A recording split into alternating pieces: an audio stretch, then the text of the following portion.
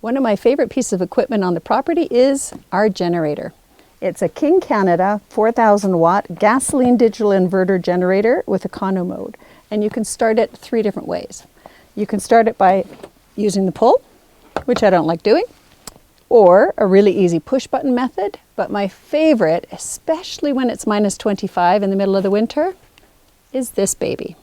You can be inside your house, nice and cozy warm, and go like that.